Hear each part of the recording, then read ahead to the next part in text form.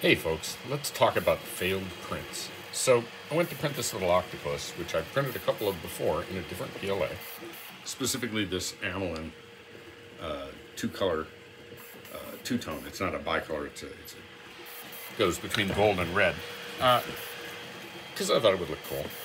And as you see, we had a little bit of an issue. Now this was probably caused by die swell. So I'm going to do two things to adjust. The first is, I have moved to printing the non-spiral version, which requires a little less tight tolerances and therefore is a little more forgiving. The second one is, looking at the temperature range on this filament, it goes from 200 to 220. And this printer prints pretty fast, which means that sometimes you have to cheat toward the upper end of that range. This model was sliced for 210. So what can we do? Well, we can adjust that. We look here, we go into operation, temperature, change the temperature of the PLA.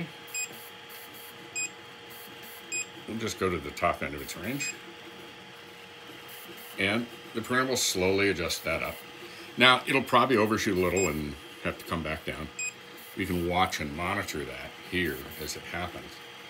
And hopefully, since I haven't noticed any interference or anything skipping up off the bed, hopefully those two adjustments will result in a successful print. So we'll see. In the meantime, we'll let this little guy hang out here. That's one way that you can try and compensate if you're having issues, especially when it's something that you've printed successfully before, but you change PLA. Some PLA needs different settings, prefers different things. Now, scientifically, there's tests we can do. There's, for example, here, this is a temperature test tower. The code that prints this raises the temperature, either 5 or 6 or whatever I programmed it for. This one must have been a failure of some sort, or I decided I didn't need it because it hasn't been labeled. Here we go. Here's one. This one is labeled.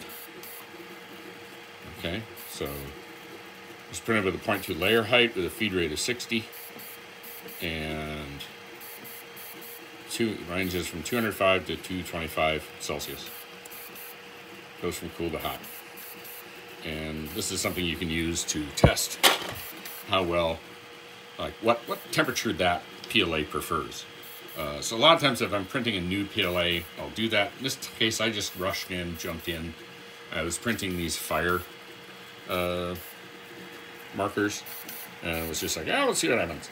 And it came out okay, and so I hadn't messed with it too much, but I probably should go in and run some tests on this thing to see about the temperature and reaction speeds that this PLA prefers, so that I can apply those in the slicer if I know that I'm doing something specifically for printing in this PLA. Otherwise, if you're just using something you slice for something else and need to adjust it, almost all printers have a way to change a bunch of those settings on the fly. And there we go. Till next time.